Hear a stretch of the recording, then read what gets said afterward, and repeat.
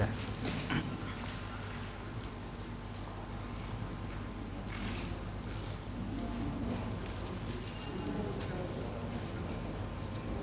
Ya. Assalamualaikum warahmatullahi wabarakatuh.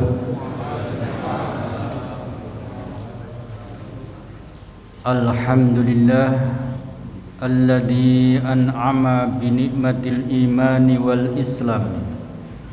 Asyhadu an la ilaha illallah wahdahu la syarika lah wa asyhadu anna Muhammadan abduhu wa rasuluh la nabiyya ba'dah amma ba'd. Hadirin jamaah salat maghrib Masjid Al-Muhajirin rahimakumullah. Marilah kita bersyukur kepada Allah Subhanahu wa taala yang telah memberikan hidayah, taufik dan rahmat kepada kita sehingga pada malam hari ini kita bisa hadir di masjid ini, rumah suci Allah, di dalam rangka untuk sholat jamaah maghrib dan dilanjutkan dengan kajian dinul Islam kita. Mudah-mudahan apa yang telah kita amalkan selalu diterima oleh Allah sebagai amal ibadah. Amin ya rabbal alamin. Salawat dan salam semoga tetap terlimpahkan kepada junjungan Nabi kita Muhammad sallallahu alaihi wasallam, Nabi akhir zaman, penutup para nabi, dan tidak akan ada lagi kenabian sesudahnya ila yaumil qiyamah, sampai hari kiamat, yang telah memberi pencerahan kehidupan manusia dari kehidupan yang gelap gulita al-jahiliyah menjadi kehidupan yang terang benderang, yaitu Islam.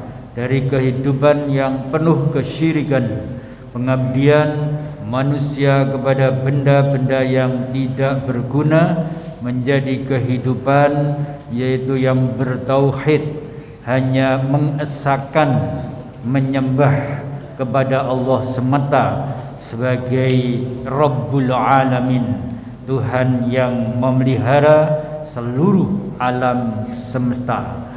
Dari kehidupan yang penuh kebiadaban menjadi kehidupan yang penuh berperadaban, akhlakul karimah. Mudah-mudahan kita sebagai umatnya selalu setia dan selalu yaitu mengkaji agama kita amalkan dan kita perjuangkan sehingga kita menghadap Allah nanti dalam keadaan husnul khotimah. Amin.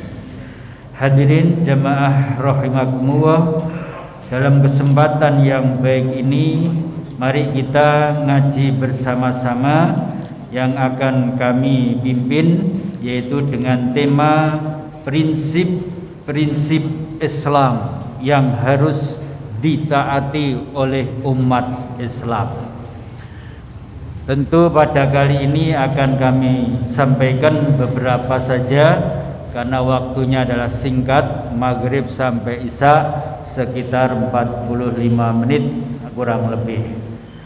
Jamaah rahimakumullah, namanya prinsip itu adalah merupakan suatu yang mendasar yang harus kita pegangi dan harus kita amalkan. Nah, prinsip-prinsip itu diantaranya yang pertama, Islam mengajarkan kepada kita bahwa Allah itu esa, Allah itu tunggal, Allah itu adalah satu, cuma tidak seperti angka satu. Kalau angka satu bisa dipecah menjadi setengah, menjadi seperempat, menjadi seperdelapan dan seterusnya.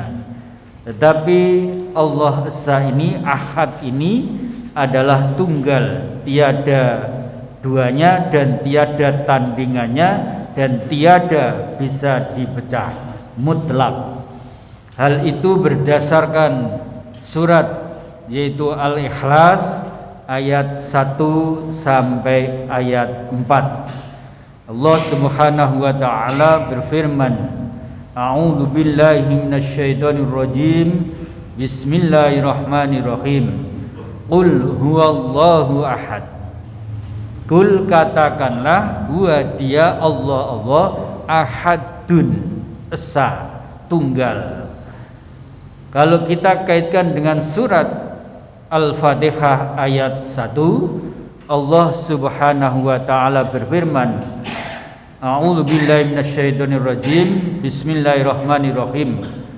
Alhamdulillahi rabbil alamin. Alhamdu, segala puji. Jadi seluruh sanjungan itu hanya lillah, bagi Allah, bukan kepada selain Allah. Jadi alhamdulillah, karena Allah adalah Rabb, Tuhan yang menciptakan, yang memelihara, yang mengatur, yang melindungi semua alam. Rabbul alamin. Itulah yang dimaksud ahad, bahwa ahad itu adalah alhamdulillahi rabbil alamin.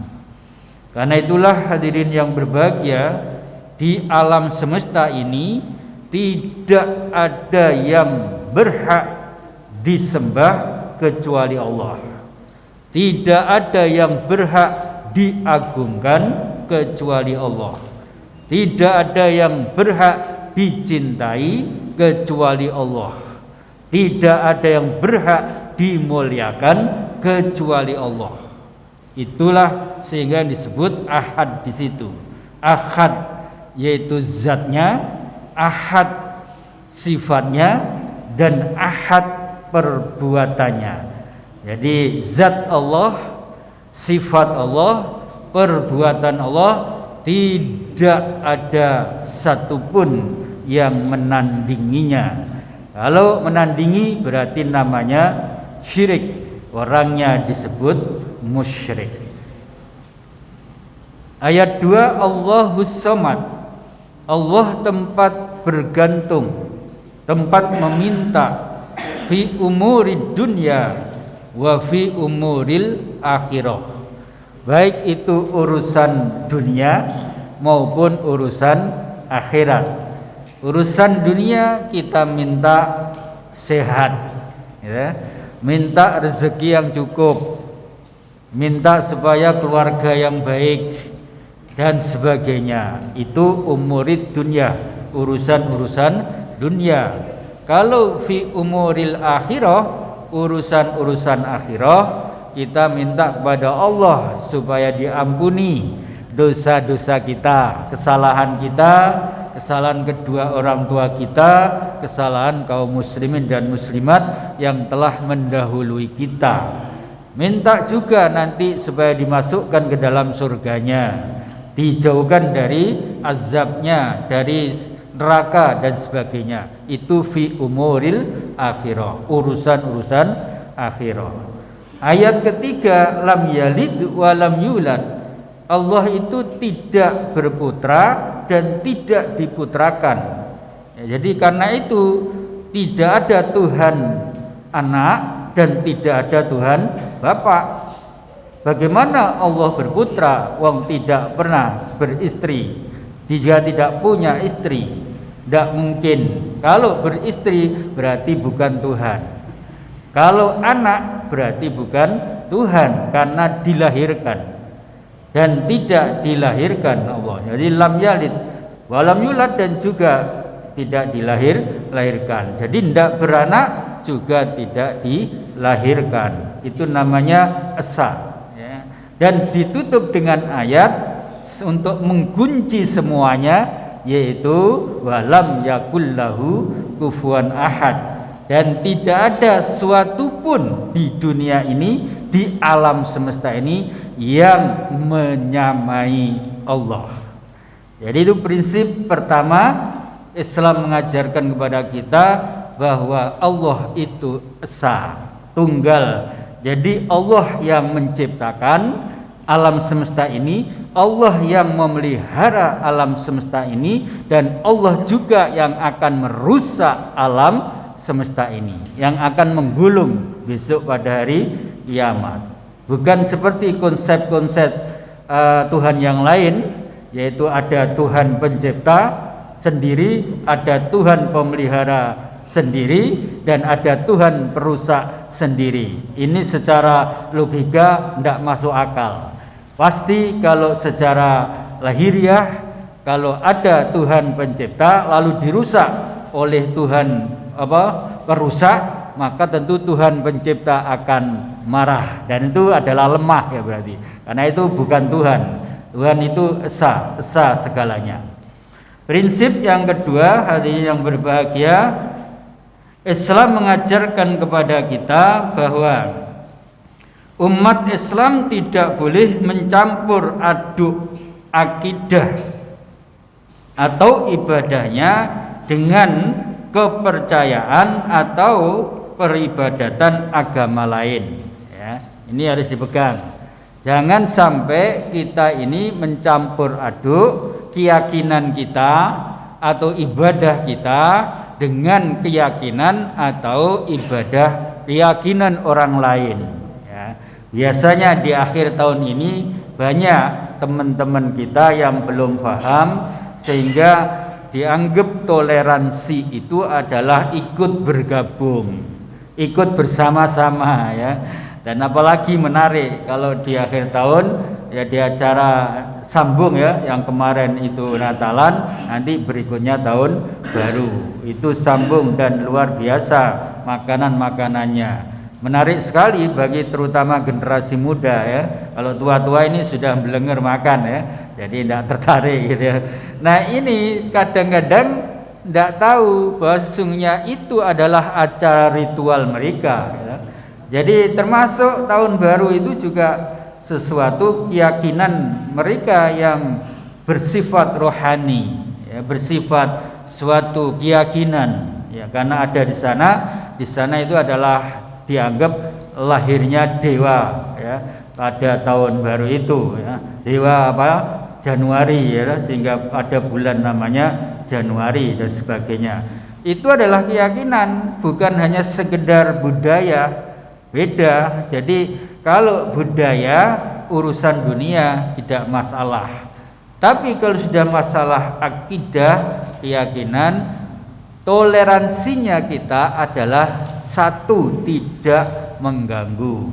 Yang dua, menghormati mereka untuk melaksanakan keyakinannya, karena memang secara hukum atau secara negara Indonesia mengakui yaitu agama lain ya, di pasal Undang-Undang Dasar ayat 29 gitu ya. Jadi negara yaitu melindungi seluruh kepercayaan yang ada di sini, yaitu Islam, Katolik, Nasrani, Hindu, Buddha, dan Konghucu ya. Jadi silakan mereka melakukan, kita nggak ganggu, kita juga tidak merusak apalagi melarang gitu ya. Secara muamalah itu toleransinya, bukan toleransinya itu lalu ikut bergabung ya. Jadi mereka Natalan, kita ikut Natalan bersama ya. Nanti ada istilah Natalan bersama, lalu ada istilah lagi apa gitu ya, yang dengan agama mereka. Bukan begitu. Justru kalau ikut bersama itu malah kabur pengertiannya. Bukan yang dimaksud toleransi yang sebenarnya itu. Ya, toleransi itu adalah menghargai perbedaan ya, tidak mengganggu mereka, dan tetapi kita tetap menghormati mereka. Itu saja, tidak berarti bergabung. Kalau bergabung berarti namanya sinkretisme ya, pencampur adukan antara agama yang satu dengan agama yang lain lalu diamalkan bareng, itu namanya sinkretisme. Dan itu kan berarti nggak jelas Islamnya yang mana, yang Katolik yang mana, yang Kristen yang mana ya, nggak jelas. Tapi kalau di dalam hal ini nafsi-nafsi ya, maka itu jelas. Karena di Quran juga sudah disebutkan oleh Allah di dalam surat Al-Kafirun ayat yang terakhir ya. yaitu lakum dinukum waliyadin. Ketika Nabi Muhammad SAW diajak oleh orang kafir Quraisy, "Wahai Muhammad, saya mau menyembah Tuhanmu, tapi syaratnya kamu juga mau menyembah Tuhan saya." Jadi kalau itu dibikin bergening ya, atau perjanjian, ngene suwe gak repot-repot, awakmu nyembah Tuhanku sehari, aku tak nyembah Tuhanmu sehari, terus bergiliran gitu ya. Maka ketika ada orang kafir Quraisy yang ngajak seperti itu, turunlah surat Al-Kafirun ayat 1 sampai 6. Katakan pada Muhammad, pada orang kafir itu, ya, aku tidak menyembah apa yang kamu sembah, dan kamu juga tidak menyembah apa yang saya sembah. Diulangi 2 kali, itu menunjukkan sesuatu yang penting dan tidak mungkin akan terjadi ya, menurut Allah Subhanahu wa taala. Artinya haram, tidak boleh terjadi gitu ya. Haram tidak boleh terjadi, karena itu dituntun oleh Allah.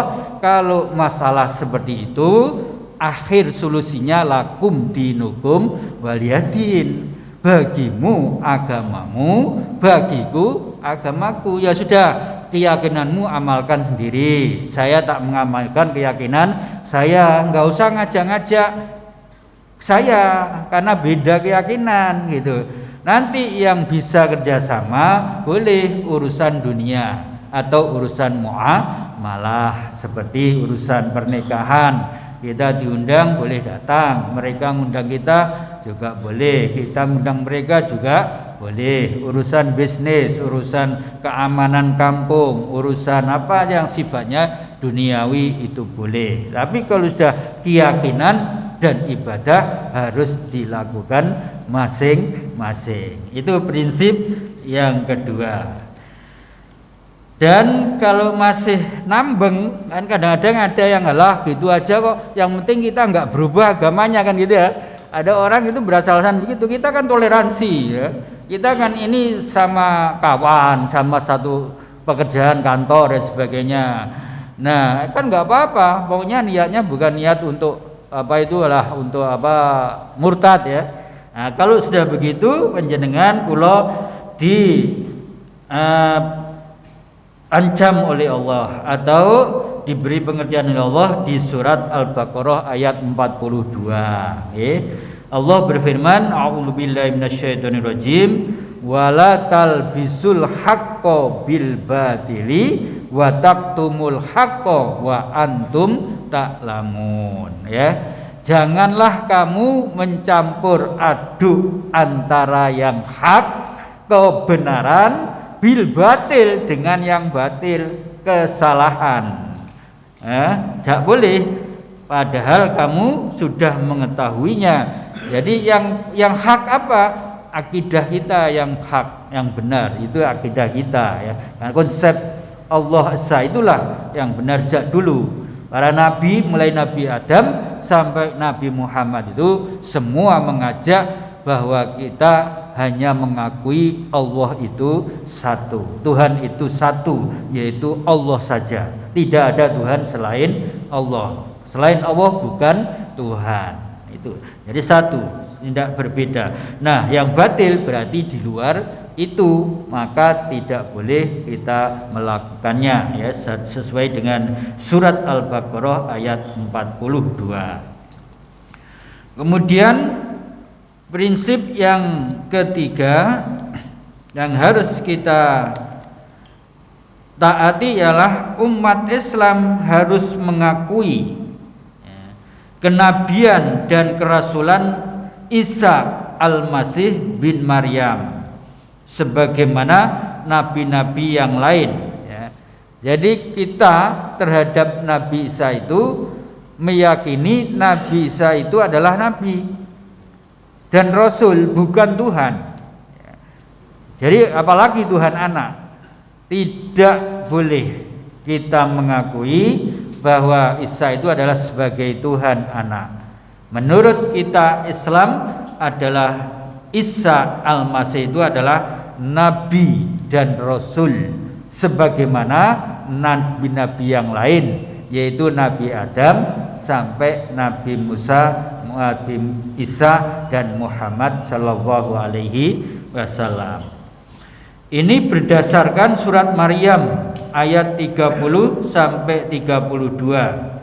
Allah Subhanahu wa taala berfirman, A'udzu billahi minasyaitonir rajim. Qala inni abdullahi ataniyal kitaba wa ja'alani nabiyya. Ya. Jadi Nabi Isa yaitu berkata bahwa saya ini adalah Abdullah, hamba Allah, ya. Yaitu yang didatangkan, saya ini adalah diberi kitab, kasih kitab oleh Allah, dan wa ja'alani nabiyya, saya ini dijadikan oleh Allah sebagai nabi. Jadi ini ucapan Nabi Isa sendiri yang difirmankan oleh Allah di dalam surat Maryam ayat 30, ya. Nabiyya. Dan dilanjutnya wa ja'alani mubarakan, ya, mubarakan ainama kuntu wa ausani bis shalah waz zakah ma dumtu hayyan wa barram biwalidayya wa lam yaj'alani jabbaron syaqiyya. Jadi saya ini diutus oleh Allah untuk menjadikan berkah, ya, kepada umat. Jadi supaya itu, jadi bukan Tuhan, jadi manusia biasa yang diutus oleh Allah untuk supaya memberi berkah kepada umat dan mewasiatkan supaya berbuat sholat, melakukan zakat selama saya hidup, kata Nabi Isa alaihi salam. Wa barram biwalidayya, dan berbuat baik kepada kedua orang tua, walam yaj'alni jabbaron syaqiyya, dan tidaklah menjadikan orang saya ini menjadikan orang supaya celaka, ya. Artinya kalau dia mengaku sebagai Tuhan berarti menjadikan orang celaka, tetapi beliau Isa alaihissalam tetap sebagai nabi dan utusan Allah, ya. Di surat Al-Maidah ayat 75 itu lebih tegas lagi. Allah berfirman, a'udzubillahi minasyaitonir rajim, mal masihu ibnu maryama illa rasul, ya. Tidaklah mal masih ibnu Maryam, yang dimaksud adalah Nabi Isa alaihissalam, itu tidak lain illa rasul, kecuali sebagai rasul. Ini firman Allah di surat Al-Maidah ayat 75. Dan juga didukung yaitu surat Al-Baqarah ayat 285. Amanar rasulu bima unzila ilaihi mir rabbihi wal mu'minun kullun amana billahi wa malaikatihi wa kutubihi wa rusuli, dan seterusnya, ya. Itu menyatakan semua para nabi itu adalah utusan. Jadi kami semua itu adalah utusan, bukan sebagai Tuhan. Jadi prinsip yang ketiga ini hendaklah kita yakin bahwa Nabi Isa bukan Tuhan, tetapi sebagai nabi dan rasul sebagaimana para nabi yang lain. Dan kalau dicari di kitab yang dipakai mereka sendiri, Bapak Ibu, juga tidak ada satupun ayat yang menjelaskan atau, ya, yang mengaku bahwa Isa alaihissalam itu adalah sebagai Tuhan anak. Satu ayat pun tidak ada, ya. Kalau dicari, nanti kalau ketemu coba ditunjukkan ke saya. Artinya di kitab Injil, ya, tidak ada. Makanya itu banyak pendeta yang masuk Islam itu gara-gara ini. Gara-gara ternyata dicari ayat yang menyatakan bahwa Nabi Isa itu sebagai Tuhan, itu tidak ada, tidak ketemu. Akhirnya banyak pendeta yang cerdas-cerdas itu, yang muda-muda itu masuk Islam. Itulah alhamdulillah. Kemudian prinsip yang berikutnya adalah keempat, ialah bahwa barang siapa yang berkeyakinan Tuhan itu lebih dari satu, Tuhan itu punya anak, dan Isa Al-Masih itu anaknya, maka orang itu kafir dan musyrik berdasarkan firman Allah sebagai berikut. 1 Surat Al-Maidah ayat 72 sampai 73. Ulang surat Al-Maidah ayat 72 sampai 73. Yang 72 Allah berfirman, a'udzubillahi minasyaitonirrajim. Laqad kafarul ladina qalu innallaha huwal masihu ibnu Maryam. Kalau sudah ada huruf taukid double, la ada qad, ya. Itu berarti sangat ditekankan oleh Allah dan sangat penting. Sungguh-sungguh, ya. Berarti itu betul-betul gitu ya. Kafaro telah kafir. Pakai fi'il madhi ya. Berarti sudah menjadi kafir. Laqad kafaro berarti sungguh telah menjadi kafir ya. Bukan pakai fi'il mudhari ya. Itu berarti akan kafir. Tapi ini sungguh telah menjadi kafir. Siapa itu? Alladzina orang-orang qalu yang mengatakan innallaha sungguhnya Allah huwa yaitu al-Masih ibnu Maryam yaitu Isa bin Maryam. Jadi ada sebagai Tuhan anak tadi ya. Jadi kalau mengakui meyakini seperti itu berarti kita telah kafir. Naudzubillahi min dzalik ya. Wa qala al-Masihu ya bani Israil, dan telah berkata Al-Masih ya bani, hai bani Israil. Jadi ini Nabi Isa mengatakan dawuh kepada Bani Israel, ubudullah ya, sembahlah Allah. Jadi Nabi Isa memerintah kepada umatnya Bani Israel itu supaya ubudullah, untuk hanya menyembah kepada Allah. Rabbi wa rabbukum, jadi Allah itu Tuhanku dan Tuhanmu. Jadi bukan saya yang sebagai Tuhan, tapi Allah sebagai Tuhan. Allah itu Tuhanku dan Tuhanmu. Ini difirmankan oleh Allah di surat Al-Maidah ayat 72. Innahu sesungguhnya may yusyrik billah, siapa yang menyekutukan Allah, faqad maka sungguh harrama diharamkan Allahu li Allah alaihi atasnya al jannah surga. Artinya kalau meyakini Isa itu sebagai anak Allah ya, atau sebagai Tuhan, maka pasti ya diharamkan oleh Allah baginya orang itu yang meyakini itu untuk surga, untuk masuk surga. Yang cocok apa menurut Allah ialah yaitu wa ma'wahun nar, tempat yang cocok bagi dia yang meyakini seperti itu adalah neraka ya, yang neraka. Naudzubillahi min dzalik. Wa malid dhalimina min ansor, dan tidak ada penolong bagi orang-orang yang zalim. Artinya siapa yang dimaksud zalim di situ adalah yang musyrik, yang menyekutukan Allah, yang mengakui bahwa Isa itu adalah yaitu Tuhan atau anak Tuhan. Ya, itu adalah zalim namanya. Jadi kalau sudah zalim seperti itu, maka oleh Allah difirmankan tidak akan mendapat penolong dari siapapun.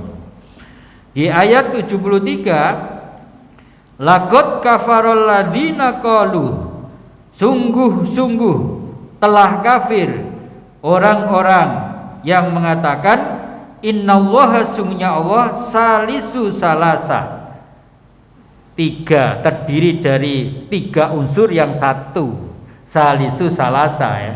Nah, tiga unsur itu yang dimaksud adalah Tuhan Bapa, Tuhan Ibu, dan Tuhan Anak. Meskipun ya itu diyakini hanya satu, tapi unsurnya tiga, maka tetap syirik, tidak boleh. Karena Tuhan dia satu, esa tadi, ahad. Tidak ada Tuhan Bapa, tidak ada Tuhan Ibu, tidak ada Tuhan Anak. Tuhan itu ya esa, tunggal, tiada duanya. Jadi menurut Allah itu jelas sekali, orang yang mengatakan bahwa innallaha salisu salasah, maka itu termasuk kafar, telah melakukan kesyirikan. Wa ma min ilahin, dan tidak ada dari sesembahan illa, ya, kecuali yaitu lahu wahidun, ya, tidak ada, jadi wahid, satu. Wa illam yantahu, apabila tidak berhenti amma yaqulun, tentang yang mereka katakan, la yamassanna, sungguh akan ditimpa benar, ya. Siapa yang ditimpa? Alladzina kafaru, orang-orang kafir, minhum, dari mereka, adzabun alim, azab yang pedih. Jadi kalau tidak berhenti meyakini seperti itu, pasti akan ditimpa, ya, orang itu adalah dengan adzabun alim, azab yang pedih dunia, nanti lebih-lebih di akhirat. Naudzubillahi min dzalik.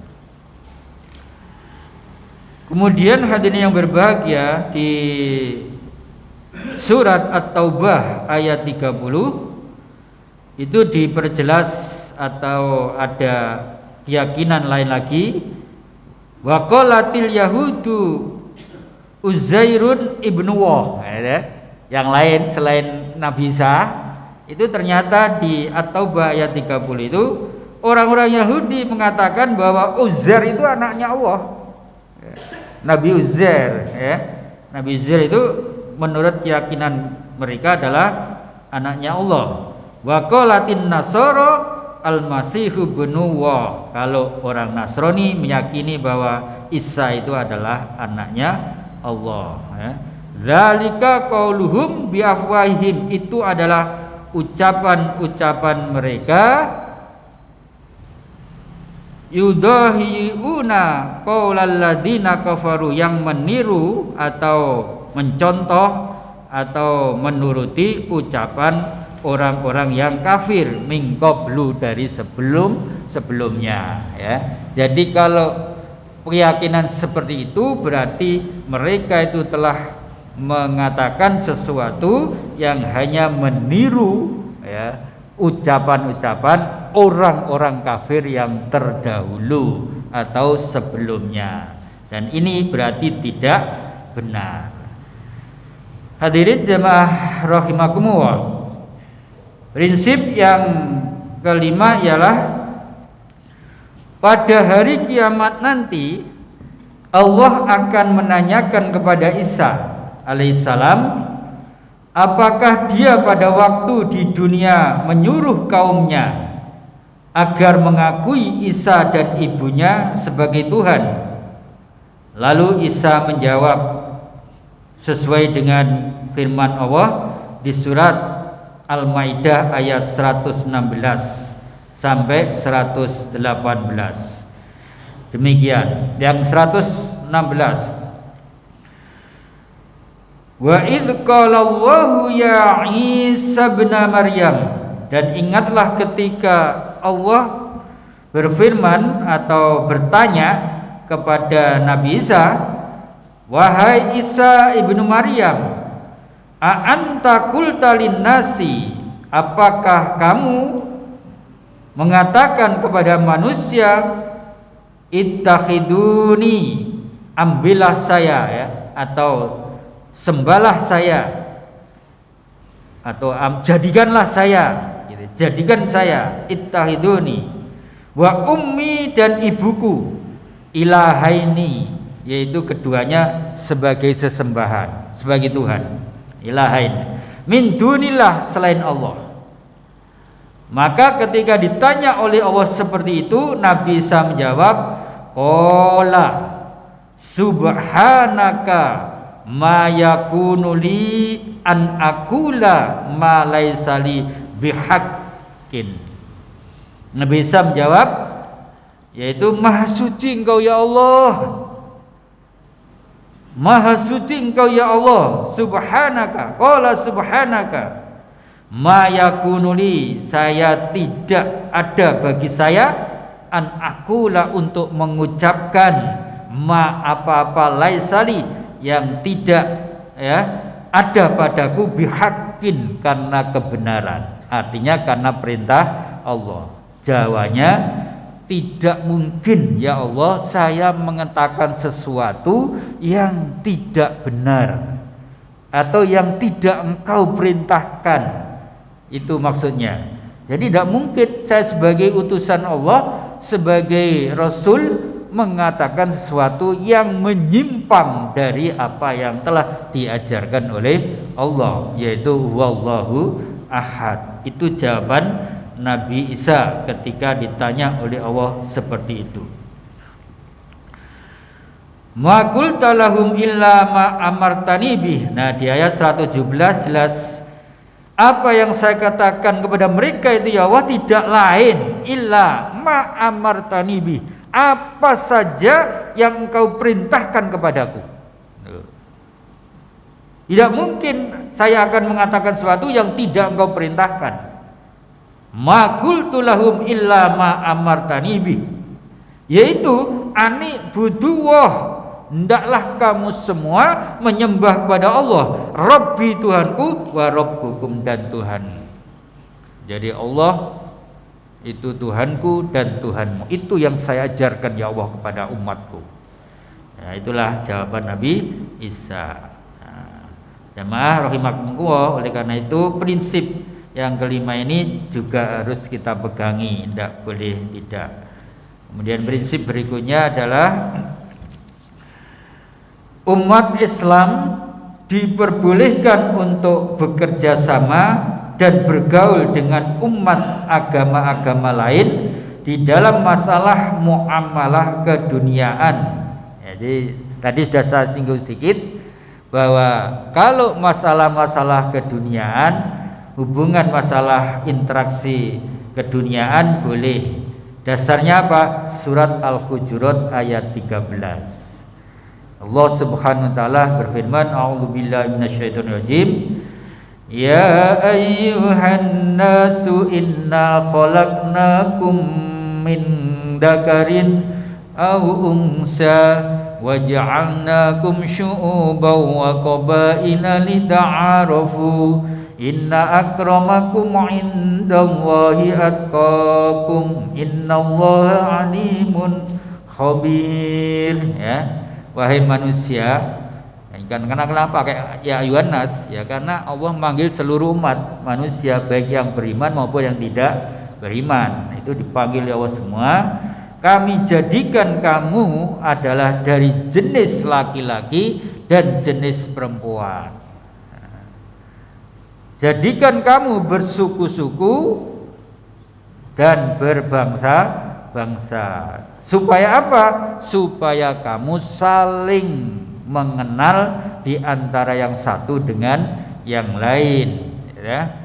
Ada yang kita bangsa Indonesia, bangsa Amerika, bangsa Arab, bangsa Cina dan sebagainya. Itu semua supaya saling kenal mengenal. Ada yang sukunya berbeda-beda ya, suku Batak, suku Ambon, Indonesia saja sukunya sudah puluhan, ratusan ya.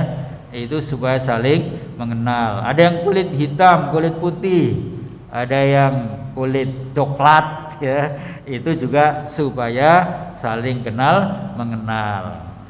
Tetapi ingat ya, Allah menekankan inna akramakum indallahi atqakum. Di antara umat yang berbeda-beda itu, bangsa yang berbeda-beda, suku yang berbeda-beda itu, di sisi Allah yang paling mulia adalah yang paling takwa. Artinya yang beriman kepada Allah. Nah, yang lainnya gimana? Wa'alam. Allah sudah mengajarkan kepada kita, pokoknya yang paling takwa itu yang paling baik di sisiku, kata Allah ya. Dan ingat, Allah itu maha mengetahui apa yang kita lakukan. Nah, kemudian surat Mumtahanah ayat 8 dan 9. La yanhakumullahu anil ladina, Allah tidak melarang kamu terhadap orang-orang lam yuqatilukum, yang tidak memerangi kamu fiddin, dalam agama. Jadi kalau kita bersama-sama dengan orang lain, agama lain, atau kelompok lain, suku lain, Allah tidak melarang kamu ya untuk bergaul dengan mereka, asal mereka tidak memerangi kamu, ya, tidak memerangi kamu dan tidak mengganggu agamamu, fitin. Walam yukhrijukum, dan tidak mengusir kamu, min diarikum, dari rumahmu, antabaru, untuk kamu berbuat baik kepada mereka, wa tuqsitu, dan kamu berbuat adil ilaihim, kepada mereka.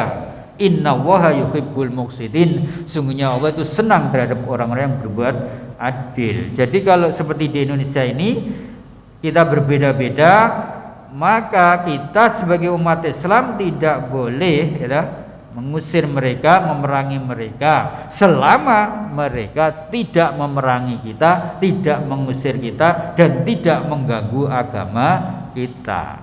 Tapi kalau sebaliknya ya, berarti sebaliknya mafhum mukhalafahnya, artinya pemahaman baliknya, kalau mereka memerangi kita ya, mereka mengusir kita dari tempat tinggal kita, mereka mengganggu agama kita, kita tidak boleh tinggal diam. Kita harus berjuang melawan, ya, melawan mereka. Tidak boleh. Kalau kita diam, itu berarti tidak punya nyali.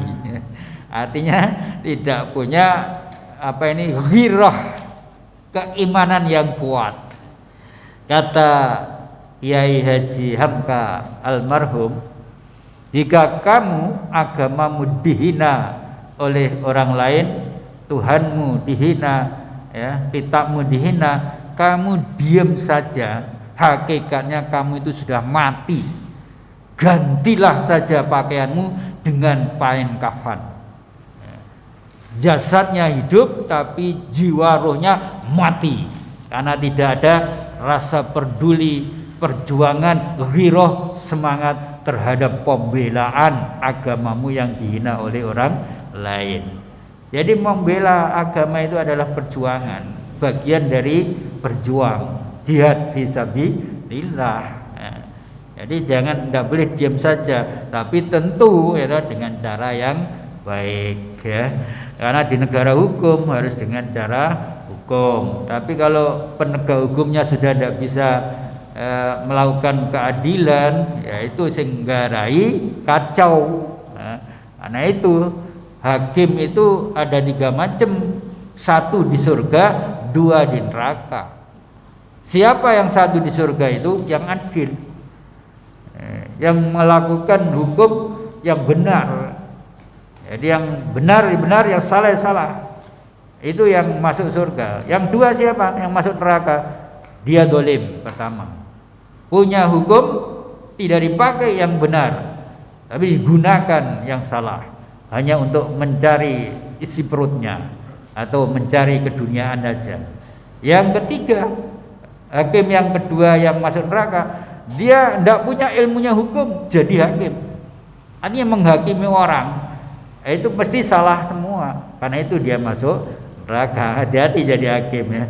Harus jadi hakim yang pertama, artinya yang betul-betul adil dan membela kebenaran ya.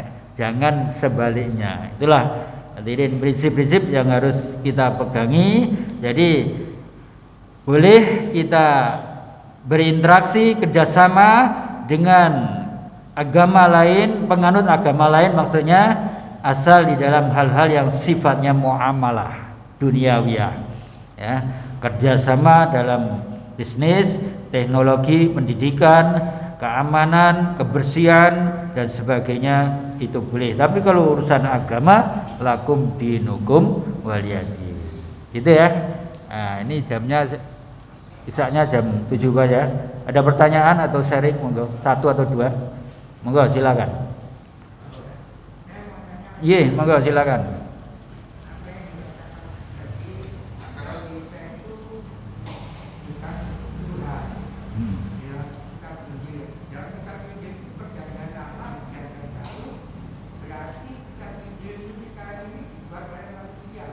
Nggih. Sampun? Nggih. Jadi kitab Allah itu menurunkan 4 kitab nggih. Yang pertama Zabur, yang kedua Taurat, yang ketiga Injil, yang keempat Al-Qur'an.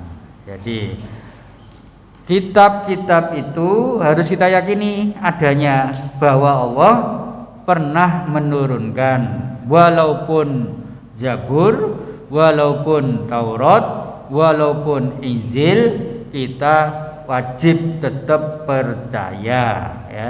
Tetapi kitab-kitab sebelum Al-Qur'an itu adalah kalau yang masih asli ya. Kalau itu ada hadis menyatakan kamu tidak boleh mempercayai semua dan juga tidak boleh menolak semua. Artinya ada yang benar. Kalau yang benar berarti itu asli dari Allah ya. Kalau sudah apa ukurannya? Al-Qur'an. Al-Qur'an diturunkan terakhir itu musaddiqal lima ya, yaitu sebagai standar untuk mengkontrol atau menimbang apakah kitab sebelumnya itu masih asli atau tidak. Itu kontrolnya Al-Qur'an ya. Jadi kalau menurut Al-Qur'an Allah itu esa satu, kok menurut Injil itu sudah tidak sah lagi, berarti itu yang salah. Kemungkinan itu yang telah diubah oleh tangan-tangan jahil manusia. Karena hakikatnya seluruh para nabi itu semua mengajak bertauhid, hanya menyembah kepada Allah, termasuk Nabi Musa yang kitabnya Taurat dan Nabi Isa yang kitabnya Injil. Taurat dan Injil itu aslinya adalah ajaran Allah. Dan Islam itu hanya satu sejak Nabi Adam sampai Nabi Muhammad. Tidak ada agama itu dua. Tidak ada agama selain Islam, maksud saya ya. Tidak ada. Jadi para nabi itu agamanya Islam. Mulai Nabi Adam sampai Nabi Muhammad. Jadi agama itu hanya satu, agama Allah, hanya Islam, yaitu innad dina indallahil Islam. Ali Imran 19. Oke, gitu ya. Jadi bisa jadi palsu, itu kemungkinan juga. Dan makanya kalau dicari Injil yang asli, kalau ketemu Barnabas itu mendekati asli ya, itu nggak akan dipakai mereka, pasti disembunyikan. Ya, kenapa? Di situ mengungkap keaslian bahwa agama sesungguhnya adalah Islam.